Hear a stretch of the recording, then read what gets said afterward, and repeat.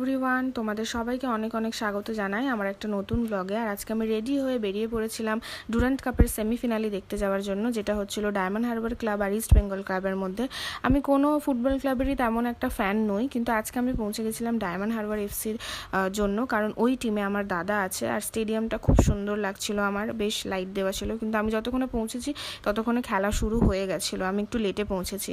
পৌঁছানোর পর দেখলাম স্টেডিয়াম ভর্তি শুধু ইস্ট বেঙ্গল, কত ফ্যান্স ইস্ট বেঙ্গলের ছিল।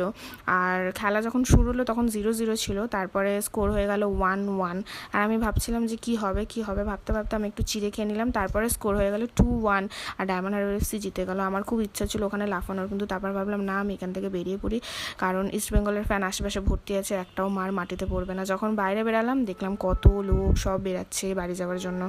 আমিও বাড়ির জন্য বেরিয়ে পড়লাম। রাস্তাতেও দেখলাম ইস্ট বেঙ্গলের ফ্যান্সরাও যাচ্ছিল জার্সি পরে। তারপর আমি বাড়িতে পৌঁছলাম, বেশ মজা হয়েছে। ওকে, বাই বাই।